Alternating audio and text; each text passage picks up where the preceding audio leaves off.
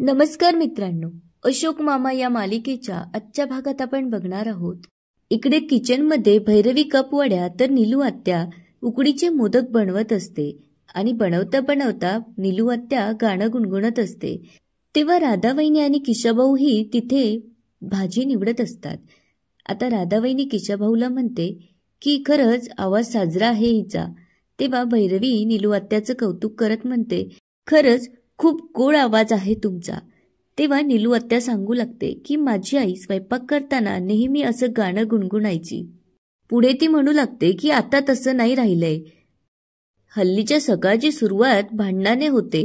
असं वाटतं की घरामध्ये महायुद्ध चालू आहे का. त्यावर भैरवी म्हणते, खरं आहे हे. सकाळी असं वाटत असतं की कधी एकदाचं काम उरकून बाहेर पडेल. बाहेर पडल्यानंतर जरा हुश्य वाटतं. आता नीलिमा आत्या तिचे उकडीचे मोदक घेऊन भैरवी जवळ येते आणि म्हणते की हे झाले माझे मोदक तयार. तेव्हा ते मोदक बघत भैरवी म्हणू लागते की खरंच किती गोड दिसताय. आता भैरवी नीलिमा आत्याचं कौतुक करत राधावहिनीला सांगू लागते की बघितलं का, नीलू आत्याने किती छान मोदक केले. तेव्हा ते दोघंही तिथं पळत येतात आणि म्हणतात बघू बघू आम्हालाही दाखवा. तेव्हा नीलू आत्या सांगू लागते, मोदकांना अशी वरून केशरची काडी लावली की मोदक सुरेख दिसतात. आता भैरवीच्या कपवड्या पण तयार झालेल्या असतात. तेव्हा ती सगळ्यांना म्हणते की माझ्या कपवड्या टेस्ट करून सांगा की कशा झाल्यात. आता किशाभाऊ कपवडी टेस्ट करतो. आता भैरवीला जरा सुकटनकडे जाण्याची घाई असते. त्यामुळे ती नीलिमा आत्याला आणि राधावहिनींना म्हणते की तुम्ही हे बॉक्समध्ये भरा. लक्षात ठेवा की कपवड्या माझ्यासोबत न्यायच्या आहेत आणि मोदक बाबांना ऑफिसमध्ये द्यायचे. तेव्हा नीलिमा आत्या त्या कपवड्या भरू लागते. तेव्हा राधावहिनी म्हणते, तुम्ही जा, तुम्ही थकला असाल आणि तसं पण तुमचे हात तेलकटे, जाऊन स्वच्छ धुवून घ्या. मी कपवड्या आणि मोदक भरते. त्यामुळे आता नीलिमा तिथून जाते. तेव्हा किशाभाऊ पटकन दरवाजाचे आणि खिडक्यांचे पडदे लावतो आणि दोघं मिळून बॉक्स भरू लागतात.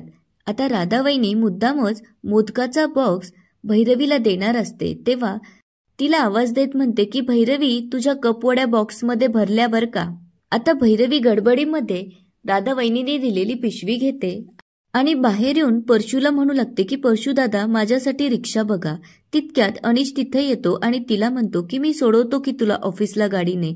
तेव्हा भैरवी म्हणते नाही त्याची काही गरज नाहीये. तेव्हा ती परत परशूला म्हणते की तुम्ही रिक्षा बघा.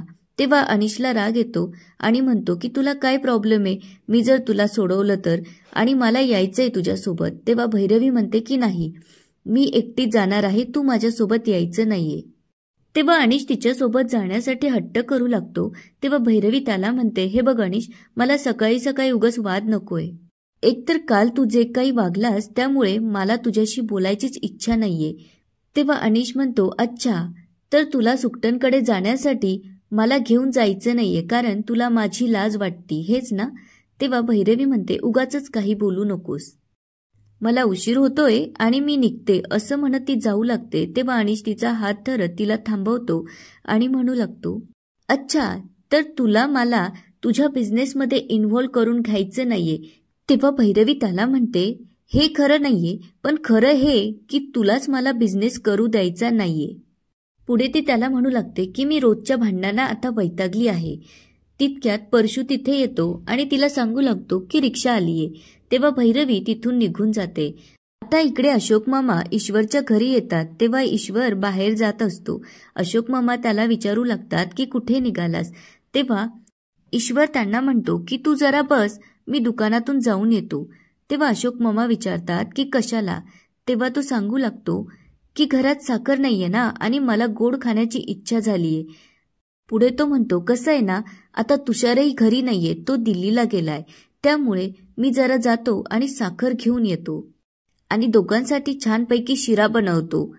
तेव्हा अशोक मामा म्हणतो, शांत बस, काही शिरा बिरा बनवायचा नाहीये. तुला डॉक्टरांनी साखर बंद केलीये ना, त्यामुळे तू आता चुपचाप इथे बस.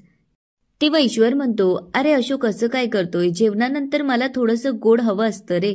तेव्हा अशोक मामा म्हणतात, त्याची सोय झालीये. तेव्हा ते त्यांच्या जवळची पिशवी दाखवत म्हणतात की यामध्ये उकडीचे मोदक आहेत, नीलूने बनवले माझ्यासाठी. ते मी तुझ्यासाठी घेऊन आलोय. यातले 2 मोदक तू तुझ्यासाठी काढ आणि बाकीचे मोदक मला ऑफिसला न्यायचेत.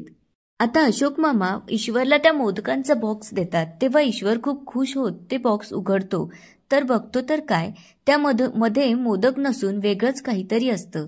तेव्हा ईश्वर त्यांना म्हणू लागतो की तुमच्याकडे असे मोदक बनवतात का? त्यावर अशोक मामा म्हणतात, असे म्हणजे कसे? तेव्हा ईश्वर सांगू लागतो, असे म्हणजे चॉकलेट सारखे.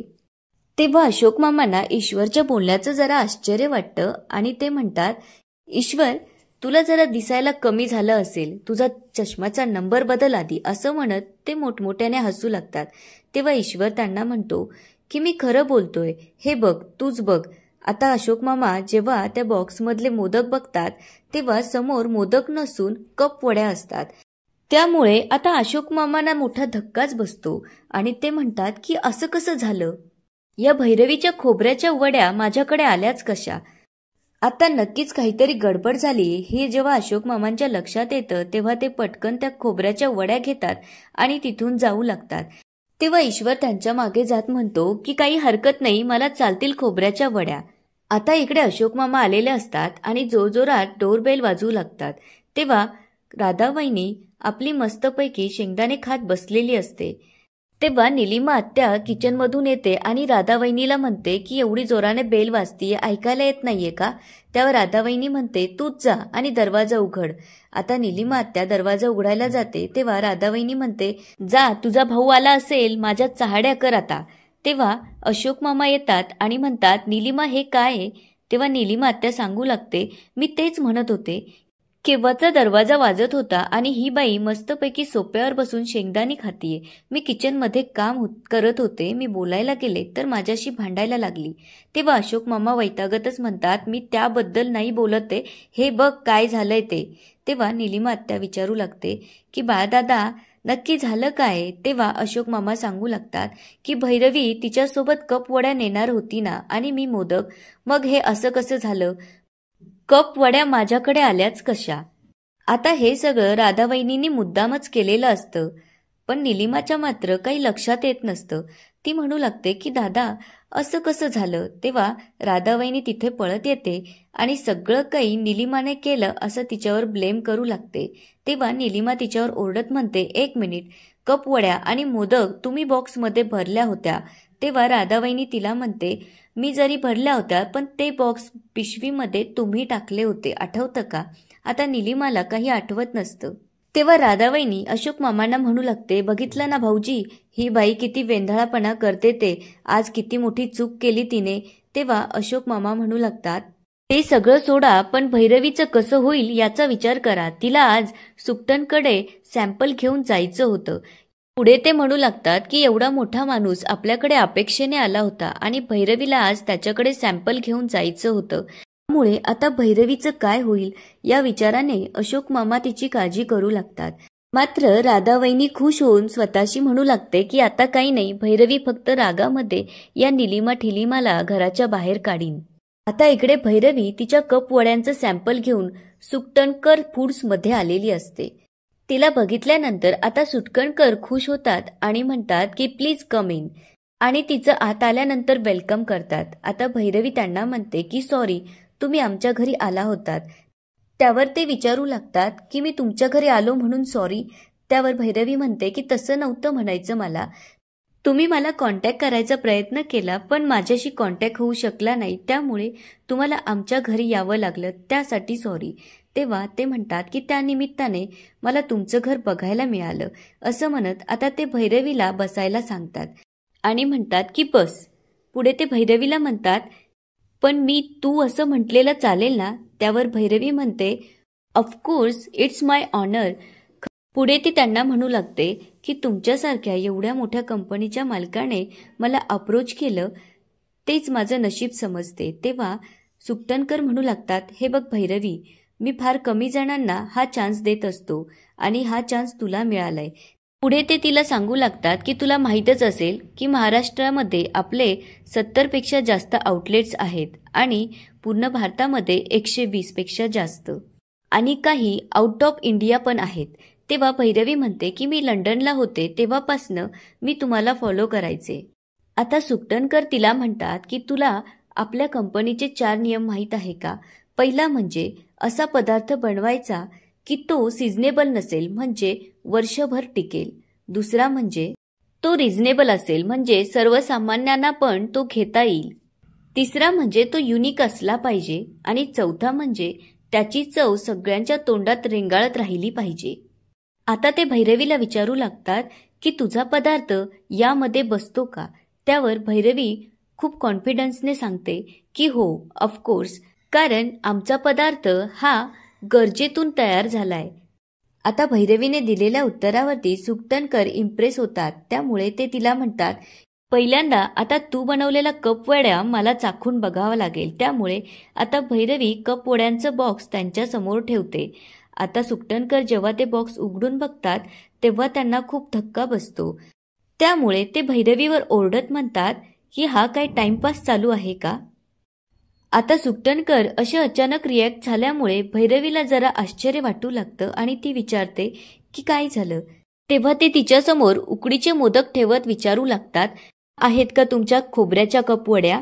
आता ते बघितल्यानंतर भैरवीला मोठा धक्का बसतो आणि ती त्यांना म्हणते की हे सगळं चुकून झालं असेल. आता सुकटणकर, मला वाटलं की तुम्ही सिन्सिअर आहात, या संधीचं सोनं कराल, पण तुम्ही हे काय केलं?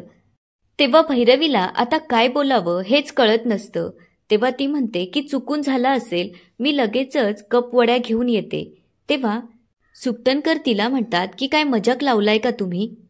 चुकून झालं म्हणजे काय? हा काय जादूचा बॉक्स आहे की कपवड्यांचे मोदक व्हायला? पुढे ते म्हणतात, म्हणजे तुम्ही रस्त्याने येताना हा बॉक्स बदलला असं म्हणायचंय का तुम्हाला? तेव्हा भैरवी त्यांना म्हणते की तसं नव्हतं म्हणायचं मला, आणि ती त्यांना कन्व्हिन्स करण्याचा प्रयत्न करू लागते. पण ते काही तिचा ऐकायच्या मनस्थितीत नसतात. त्यामुळे ते म्हणू लागतात की माझी चूक झाली, मी तुला संधी दिली, त्यामुळे आता इथून पुढे आमच्या कंपनीमध्ये तुला संधी मिळणार नाही. तुला माहिती आहे का तू कोणासमोर उभी आहेस? असं म्हणत आता ते तिला म्हणतात की गेट आउट. याच ठिकाणी आजचा एपिसोड संपतो. आता पुढे काय होणार ते बघूया उद्याच्या एपिसोडमध्ये. तोपर्यंत व्हिडिओला लाईक, सबस्क्राईब आणि शेअर करायला विसरू नका. धन्यवाद.